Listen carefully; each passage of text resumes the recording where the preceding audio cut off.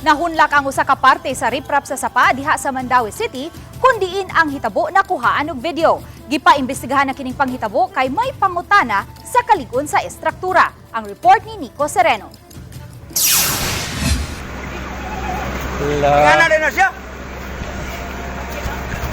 Mao ni riprap.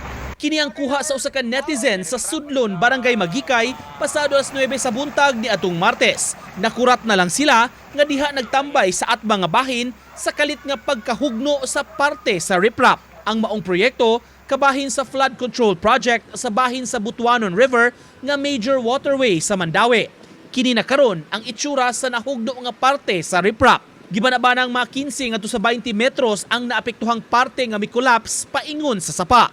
Kaganiha, lakip sa mi-inspeksyon sa maong dapit ang taga-CDRRMO aron makahimusab og rekomendasyon. May parte sa nahunlak nga riprap nga gibutangan og caution line sanglit may bahin nga dunay nakitang mga liki.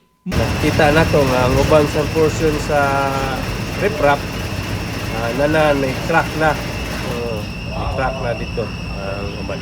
Likan-kan na diri sa ubos ang yung base sa condition dito. Nga wa to matarong kuan, wa to matarong masa.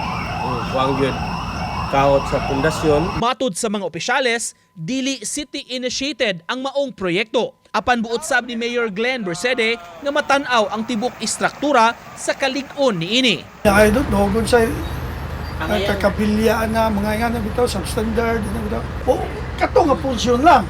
O straight ton tingin nag-inspeksyon dito, basig puros na way kabilya.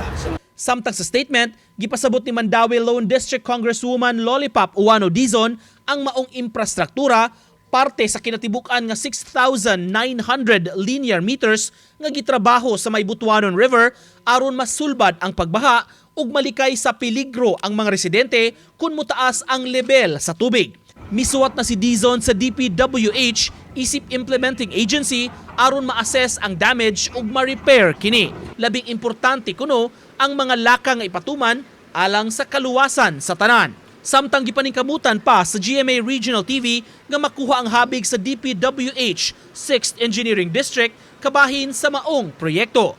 Uban ni Godfrey Relien, Nico Sereno, Balitang Bisdak.